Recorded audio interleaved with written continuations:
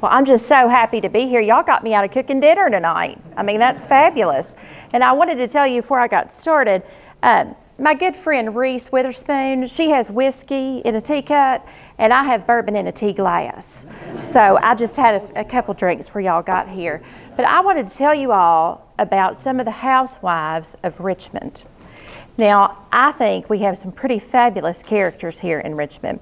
And what I'm going to tell you tonight is mostly based on historical fact with a little bit of history added into it and a little bit of theater. So, you know, history, sometimes it's the truth, sometimes it's not, but it's the storytelling that makes it fun. So we're going to start tonight with our first housewife. Miss Ruby? Yes. You need to wait and get some time. No, it's your... Okay, they're saying it's not. Hold on, we have some guests that are still cooking dinner. They're just going to have to hold on a minute. Okay, is there water boiling? Okay. We have the audio coming from there and the video coming from there. Okay.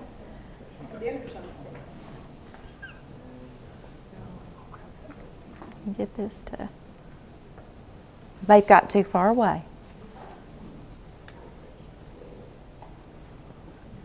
Okay, tonight we're going to talk about Rebecca Boone, Mary Morford Clay, Elizabeth Irvin, Sarah Rollins Burnham, Sarah Sally Lewis Clay Bennett, and Lavinia Estelle Chanault Cunningham. These are just a few of the people that I have researched and that I really like to talk about and tell stories. And one of the great things about Richmond is there's so many wonderful stories to talk about. Our first thing I wanted to show you is well-behaved women rarely make history. So these women I'm talking to you about, they weren't necessarily totally well-behaved, but they made sure that Richmond was a great place to live. Our first lady is Rebecca Boone, our very first housewife here in Richmond, Kentucky. Rebecca was born in Virginia in 1738 to Joseph Bryan and Allie Linville. When she was 10, she moved to North Carolina, and when she was 15, she met her beau, Daniel Boone. And when she met Daniel, she fell madly in love, and they decided after 3 years of courtship they were going to get married. And after they got married, what do most people do when they get married? They move out into their own home. But they didn't have the money to move on to their own home. They had to live with their parents. How many people out here have married and had to live with their parents? I don't think I'd enjoy that. My parents are right over here, and that wouldn't have been fun. Wouldn't have been fun. So she's living with her in-laws, and things are going okay, and they have their first child. And Daniel seems to, he likes to go away, and he likes to travel, and he's going a couple places, and she says, I really wish you'd stay home. So she says, okay, you've just got to go out and do what you do. And this is one of these stories that is, loosely based in fact, but we call it Daniel's Surprise. So Daniel Boone and Rebecca, they're married, and he goes away, and he's gone for 2 years. And poor Rebecca, what did she think? She said, well, I guess he's dead. What am I going to do? So 2 years later, she's cooking supper, and he walks through the door. And she says, oh, my goodness, I thought you were dead. And he said, well, I'm here. And he looks around the room, and there's a young child, Jemima. And he said, well, that baby's a little less than 2 years old. And she starts crying, and she gets all upset, and she wrings her hands, and she says, well, I thought you were gone, and I looked at your brother, and he looked so much like you, and I couldn't help myself. And she just went all to pieces and thought, well, it's over. What do y'all think Daniel said to her? He said, well, I'm getting a divorce. What do you think he said? Daniel came in, and she'd burst into tears, and he said, well, I'm going to take this in stride. It's going to be a Boone anyway. And then he reportedly said after, she told him some more stories, he said, dry up those tears and get over here and welcome me home. And never talked about it again. So those kinds of things have always gone on and always happened. But you kind of think today, how would we take that if we left and came home and found that our spouse had had a baby with our brother? I don't know that I would have said, just welcome me home. But they went on to live a wonderful life with their 10 children, had a wonderful time in Kentucky and at Fort Boonesboro. And then, of course, they traveled on to Missouri. But that is one of our first historical housewives stories. So I think Rebecca handled herself quite well. Now here's one of my favorites, Mary Jane Morford Clay. Sweet Mary Jane was born in the early 1800s, and she fell madly in love for Cassius Marcellus Clay. And if y'all ever seen a picture of him, he's good looking, got those good cheekbones, and she thought, oh, he is a cutie. So she marries him, and her parents were Maria and Dr. Warfield, and they lived in Lexington. And as her and Cassius start getting to know each other and get married, he tells her, listen, I'm not much into slavery, and I want to dedicate my life to being an abolitionist. She said, well, you got it. I'm right there with you. So she starts going with him everywhere, talking about it, doing it. Her friends are saying, you know, are you sure this is what you want to do? And she says, I love him. I'm going for it. So she starts writing to her family, and they're traveling different places. And what does she write home to him about? Food. What housewives love? We love food. So she would write home and say, I've had the most wonderful plums and peaches and grapes. And she'd tell about the color and the size, and just wonderful. Well, Cassius decides that he's going to join the U.S. Army, and he's going to go to the Mexican-American War, and he's going to leave her behind. So she says, well, I've got to take up all of your chores here. So she traded cattle, she negotiated the price of hogs and mules, she cultivated fruits and vegetables, and then she looked at her growing family and she said, tell you what we're going to do. We're going to have to save money. We're going to move to Richmond. We're going to go to Cassius's dad's house, and we're going to live there. So she loads up the family, takes them there. I'm sure her Lexington friends probably thought, what are you doing? But she said, I'm in love, I'm happy, we're going along just fine. So she tells her children, you know, I'm going to educate you myself. We're going to learn about local charities, and we're going to do everything we can to make Richmond our home. Well, when Cassius comes back from the Mexican War, there's some stories that he hadn't been exactly faithful. But as any good housewife, she's pulled up her bootstraps and said, that's okay, we're going to make this work. So they start looking at things, and he says, I hate to tell you something, we're in bad financial trouble. I've invested in a banking company in Cincinnati, and it's caused our finances to spiral. So he was forced to auction off a lot of his private possessions over 2 years. Her father, Dr. Warfield, said, I'm not helping you. I'm not helping you. I never liked him, no how. So she says, well, okay, I still love him. I'm going to figure it out. Well, then in 1859, her dad died. Well, what do you think Cassius did? He said, honey, I'm not going to that funeral. He didn't help us. I didn't like him. I'm not going. Well, that didn't help things any. So then he says, guess what? I've got a surprise.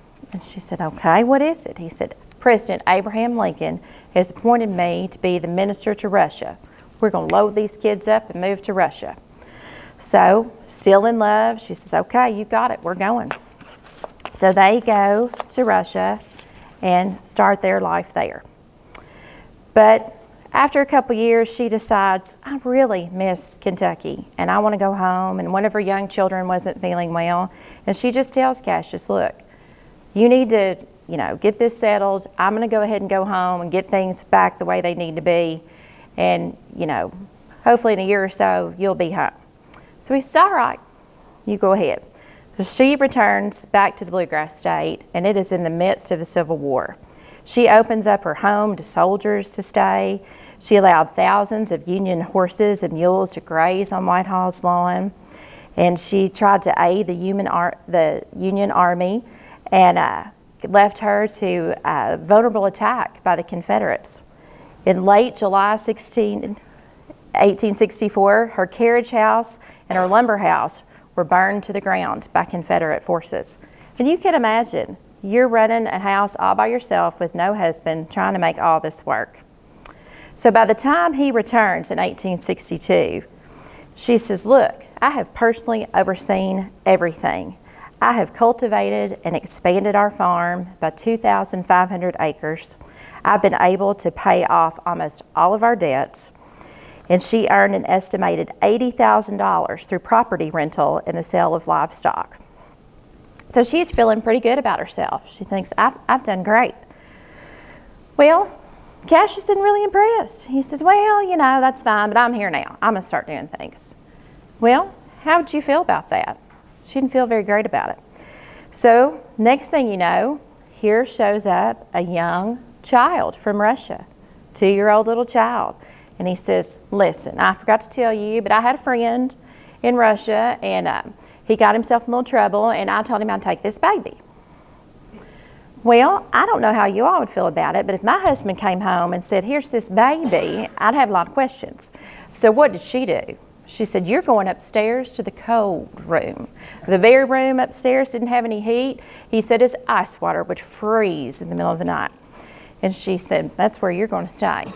So she started thinking about things. She said, all right, I'm done here. So she sends him a letter. And she says, just so you know, I've bought my own cemetery plot. I don't want to be buried with you or your people. I want to be buried in Lexington with my people. Well, he took that as a declaration of war. I've had it with this woman. She's going to be buried with my people. I'm not having it. She said, I am not. So she said, okay, I'm done. I'm moving back to Lexington. I've had all I can take of you. Well, so what does he do? Does he try to woo her back? Does he tell her he's real sorry? Of course not. Women, we know men don't do that. So he sends her a letter and says, I'm filing for divorce because you've abandoned me. You've just left me here and I'm done with you. So what does she say? You got it. So their divorce proceedings start. He writes a memoir. Should he have spilled his tea and told everything? Probably not, but he did. He said, I regretted marrying that Warfield girl, and I wish I never had. She ruined my life. Well, Mary Jane took the high road as any good Southern woman. She never wrote anything bad about him. Instead, she said, I'm going to focus my energy on women's rights. So her and her daughters made Lexington their home, and they started their fight for women's suffrage. She was able to lobby for the passage of a law that protected and allowed women to pursue a divorce for marriage. Laws were already in place to terminate marriages in the event of physical abuse, but she wanted to expand the protection to economic expulsion too. With the help of her daughters and various volunteers, she was able to pass the Married Women's Property Act of 1894. This law gave good women like myself control over their own land holdings, wages, and personal property. It was able to protect women from economic uncertainties like Warfield had experienced. After a long life, she passed away on April 29th of 1900. Susan B. Anthony wrote to her daughters and said, my love and respect for your dear mother and all of her girls and all of the things that she has taught to you. I am tipped into sympathy with all of you, almost as she was my own mother. So I think Mary Jane was a really great example of a good housewife that took her lemons and made lemonade and made sure that she taught her daughters what it means to be a strong woman. Now, here is one of my favorite gals, Sarah Rollins Burnham. Sarah Rollins Burnham was married to Curtis Field Burnham, and her father was Anthony Wayne Rollins. Anthony Wayne Rollins built Irvington, which is on Lancaster Road. She got married to Curtis Field Burnham, and they moved into beautiful Burnhamwood. And a lot of times, we don't hear a lot about Sarah Rollins Burnham. But I want to read you a little excerpt about Sarah when she died. And it's one of those things that I think, as women of this community, you think how wonderful it is that people felt this way about her. Sarah was such a woman of knowing that you needed to love your community and give back. She was one of the founders of the Patty A. Clay Infirmary on Glendon Avenue. And this was the beginning of the PACA Foundation. She was a major supporter, and she helped the small, struggling hospital in its early years. When she died at the age of 79 on May 13, 1904, she was described by the editor of the Climax as the best known and most honored woman in Richmond's history. She learned from her parents the duty of service and giving yourself to the less fortunate. When she married Curtis Field Burnham, they had 8 children. Anthony, Thompson, Robert, James, Tut, and then their daughters, Mrs. Walter Bennett, Lucia, and Sally. She was a lifelong member of the Old Baptist Church, and she was very active in her church. In 1862, she became one of the original members, as I told you, of the previous organization, the Patty A. Clay Infirmary. When she died, she was so prominent that her funeral was held on Sunday. Every church in Richmond canceled their service so they could all go to her funeral. Now, I've asked my friend David if that's going to happen to Ruby, and he said he didn't think so. But I still have hope. So 2 ministers, Reverend E.H. Burnham of Virginia, and then another local reverend, did her service. There were several columns in the next Climax devoted to expressions of grief and sympathy from her family and her multitude of friends. The full text of the Reverend's eulogy included the statement, "Her large family of splendid sons and daughters is better testimony of her early teaching and influence than any written scroll could be." The officers of the Patty A. Clay Hospital decided that she had given so much to that hospital that they were going to be her pallbearers. And they wrote that they wished to record their grief at the removal of a great cornerstone of charity, love, and wisdom. Her heart ever throbbed in compassion for the infirmary and all that sought relief in its walls. She has given to its support her prayers, her purse, her time, and her counsel. So as the entire board becomes her pallbearers, they make a lovely rope that is weaved with carnations and roses and with white tulle, and it was a symbol of her long, beautiful, and useful life, which I think is an absolutely beautiful story and one that we should all aspire to. And I think there's still hope that they might cancel church service when Ruby dies. We'll see.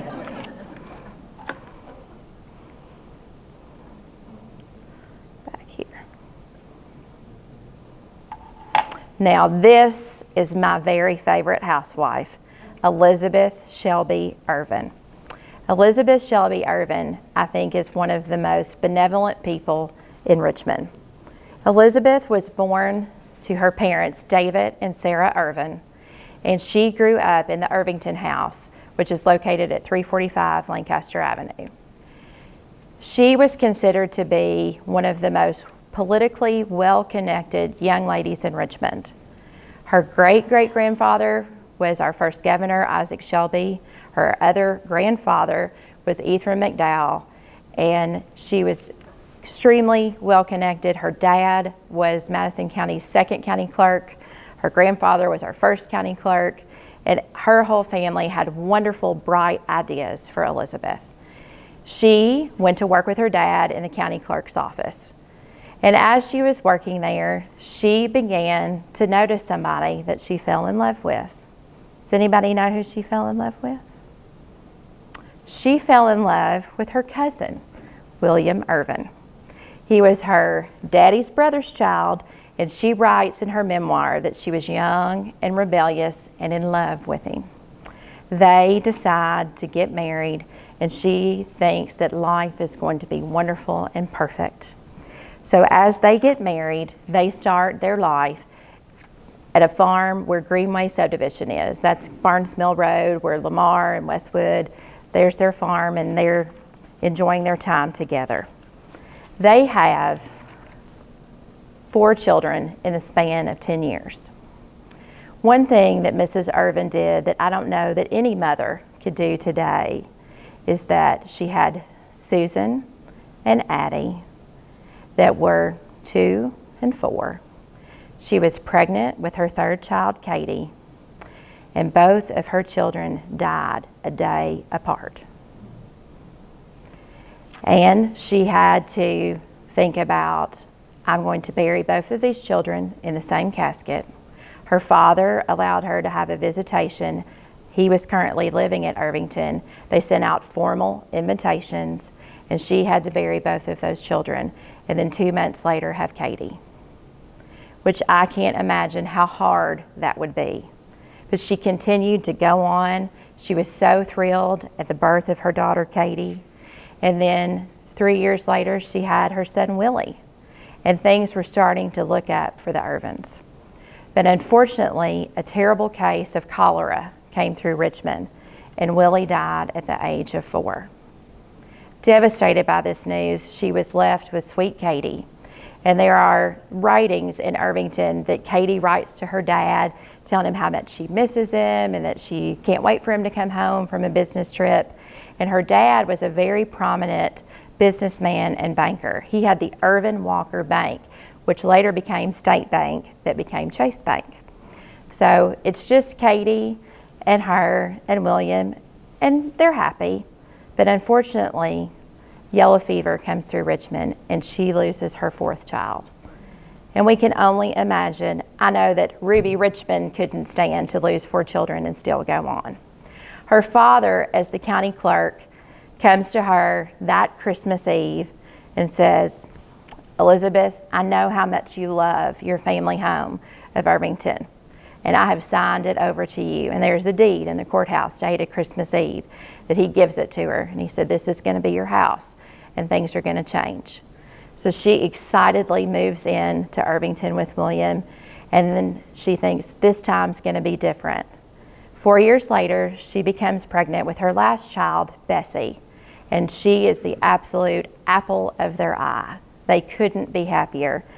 She decides, like most women do, what are we doing right now to our houses? We're painting our brick because it looks fun and exciting. So she takes to Irvington and she says, well, I'm going to make it look a little bit more Victorian. I'm going to add some porticos and I'm going to paint it gray. So she adds on to the back, and she's just happy as she can be. Well, sweet Bessie was a little bit frail, and you read in some of her writings, she would look at a ladies' home journal. She would come up with any kind of treatment that she could find for even if she had a headache. She worried about her terribly. And she said, Mom, I want to go to New York. I want to go to New York to college. I want to get out of here. I want to experience things. And her parents said, we love you, and we're going to let you go.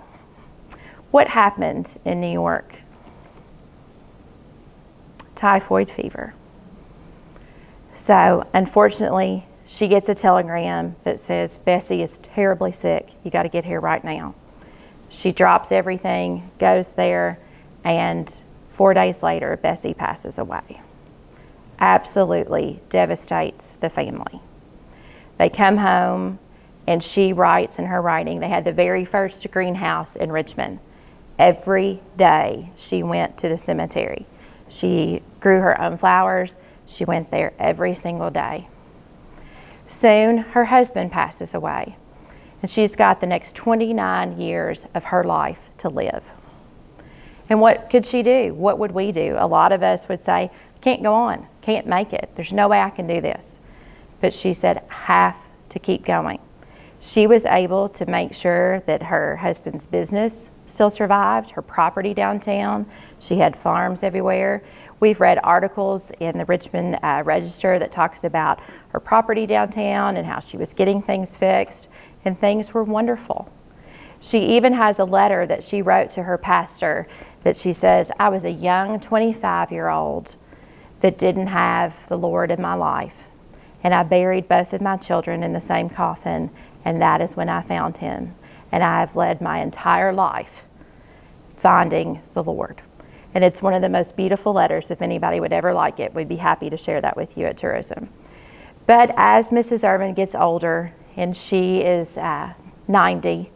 She says, okay, I've got to write a will. I've got to tell everybody what I want done with my home. So she writes a 38-page will. And she goes as far as to say, Linda's going to get my spoons, and Kelly's going to get Mama's vase, and David, well, he's going to get Daddy's peacock. And everything is written out here, says exactly what it's supposed to say. And she gets to the actual part of the house, and she says, okay, I'm going to leave this house to the Kentucky Medical Society because I want a good hospital for people that are sick, and I want a hospital for women, and I want this to be in the honor of my dear daughter, Bessie. And she writes that out, and she says, I have property, St. Louis, that you'll sell that, and that'll make the hospital go. Everybody says, great. She keeps writing. She says, if it ever ceases to be a hospital, then I'll give it to the city of Richmond to be a park of quiet reflection. So she passes away at the age of 91. What happens when we leave things to government? It doesn't end the way we think it's going to. So the Kentucky Medical Society gets a call and says, guess what? You've got a mansion in Richmond and 14 acres, and they want it to be a hospital. Her nieces and nephews say, well, you know, I don't think that she wrote that will outright. She should have left a little bit of that to me, and I don't think this is exactly right. So they go about 7 years trying to figure out what to do. Well, the government has an idea. And what happens when the government has ideas? They work out great. So in the will it says, never supposed to be any kind of infectious disease. But whoever at the time said, oh, she didn't really mean that. I tell you what, we got a nasty case of trachoma in eastern Kentucky. We've got a grant, and we're going to turn this into a trachoma hospital. So they start bringing stuff in, putting a fence around. All of her furnishings, it says she's got to keep them, so they put some in the back room, put some hospital beds up that. Well, her niece and nephew said, whoa, whoa, whoa, wait a minute here. It says no infectious diseases, and they said, well, sue us. So they did. That lawsuit went on for 30-some odd years. You had to take it on. Your mama left it to you, then you left it to your child, and everybody just kept suing. So finally, they get rid of trachoma in the 50s. 11,000 patients are treated there. And finally, those heirs said, well, good gravy. Now we're finally going to get this house. Well, City of Richmond said, it says right here that the house gets to be ours. So, city gets it, start putting ball fields up, and they're thrilled as can be. And the heirs say, wait a minute. It said it was supposed to be a park of quiet reflection. You put things here, this isn't what it's going to be. And the city said, well, sue us. So this litigation lasted until 1971, a 51-year litigation for the property at Irvington. And one of the great Historical Society members, Judge James Chanault, ruled that once given in trust, that it belonged to the city of Richmond. But he did tell them there are 13 stipulations that you must do. But I say today, do we know anybody, any good, great Richmond housewife that has left us as nice a gift as Irvington? I don't think so. Okay, on to our next fun housewife. This is Sarah Sally Clay Bennett. This was Mary Jane Morfield's daughter. Now, we don't hear a lot about Sarah. We hear a lot about Mary Barr and Laura, but we don't hear as much about Sarah. I found a wonderful book written by a very great housewife, Catherine Burnham. She wrote a 51-page report to the DAR, and I've spared you all from reading that tonight, but I may do it again. And she talked about every housewife and home and how great they were. And she goes on to tell a story about Sarah Sally Clay Bennett. She writes, this dear woman was one of the belles of the 1860s, in a time where their heads looked over their beautiful shoulders with crinolines, curls, bracelets, earrings, and fashion. She was driven through the streets of Washington, down Pennsylvania Avenue with President and Mrs. Lincoln, when a bomb might be expected to explode at any moment. As a young woman, she stood in a line of chariots drawn up before the palace of the Tsar in Russia in St. Petersburg. She swept up the stairs to make her bow to the Tsar and Tsarina. She shopped in Paris. She returned home to be the belle of Whitehall, and she was celebrated there with her beautiful wedding. She married James Bennet. Then, with the great cause of women, she was called by her two sisters, Mary Barr and Laura, to help with women's suffrage. And Catherine writes, she could have easily have said, let somebody else do it. I have a family. I have my household to look after. You don't. I'm going to be a housewife. But nope, she had the courage of her father, the lion, and she said, I'm going to help you with this cause. Sparing neither time nor expense, Mrs. Bennet and her sisters worked the great cause.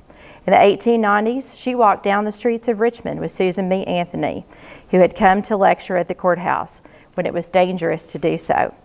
Mrs. Bennet lived on West Main Street in the Bennet house. The family home was filled with rare and artistic furnishings. Her silver service was from the Warfield family, and it was considered the most handsome in Richmond. She loved gardening. Her rose blooms were like none other. She was quoted as having cashmere roses from the DAR. She loved an old-fashioned game of backgammon, and it says here that she enjoys a rubber of bridge. And I will say that Ruby had to Google that because she wasn't sure exactly what that meant. And it said she was truly a great lady. So I think it's wonderful to think about somebody in Richmond living at the Bennet house that did all of these great things. And she rarely gets the accolades that her sisters did. And our last housewife is someone we just recently found, Lavinia Estelle Chanault Cunningham. There's a wonderful publication from 1905 that's written by the Richmond Register, and it tells about all of the great people of Richmond. And when looking through that book, the only woman's photograph in that book is Lavinia. She was considered one of the most famous pioneer descendants of James Estelle.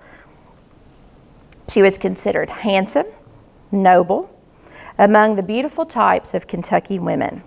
The photo here shows her as she appeared at the World's Fair in 1904. She was the wife of Colonel John Cunningham, a prominent and popular citizen of Bourbon County. She was noted for her great vivacity, her natural, cheerful, sunny, happy disposition, and her good humor. It said that her humor was her most notable characteristic. She was highly educated, accomplished, having graduated under the great educator Jason Chanault of Louisville and the Madison Female Institute. She had a bright smile for everyone she met, and she was active and full of life. She had a rare talent for the fine arts, having sold many of her oil paintings for high prices. She did watercolors, crayon drawings, and they were all over her father's home. She was a wonderful horsewoman, riding with grace, with only the characteristic of a true-born Kentucky woman. She loved the Christian church and was a member there. She had many talents in business, banking, farming, bookkeeping, and she managed several estates. She and her sister owned the noted Estelle Centennial Farm of pioneer history fame near Fort Estelle. She was a member of the Women's Equal Rights Association, the Women's Christian Temperance Union, and the Boonesboro DAR and the Colonial Dames. Her house there, it's called Villa Estelle. Does anybody recognize that house? That this lady might. It's actually Cumberland View that perished in a fire, which is now where Oconite is. And one of the interesting things was our last bit of spilling the tea about our women is Lavinia was married 3 times. She married Jephthah Chanault in Madison County in 1874. They had 1 daughter, and then after he passed away, she married Lewis Cunningham. They had 1 son that died in infancy, and then after she married Lewis, she thought, well, Lewis's brother's kind of cute. And she married John Cunningham, his older brother. And she married him in 1889. He died in January 1916 in Bourbon County. There was something very interesting about Lavinia that I think we're all going to have to find is Lavinia is buried in the Richmond Cemetery in an unmarked grave. Both her and her husband are said to be there, but there is no stone at all for Lavinia. And that might be something that Ruby Richmond has to work on, and making sure that a housewife gets proper recognition. And for any of the young ladies out there that are watching, you don't have to be a housewife to make a difference. There's plenty of people in Richmond like Laura Clay and Belle Bennett that decided, I don't need a man. I can do what I want to. And that may be another topic that Ruby talks about with you next time. But thank you guys for listening. I hope you enjoyed some of my stories about Richmond's favorite housewives. If you have any questions? No? Okay. Well, you all just better make sure that if something happens to Ruby, my funeral is going to be on Sunday, and you're all going to be there. All right. Thank you so much.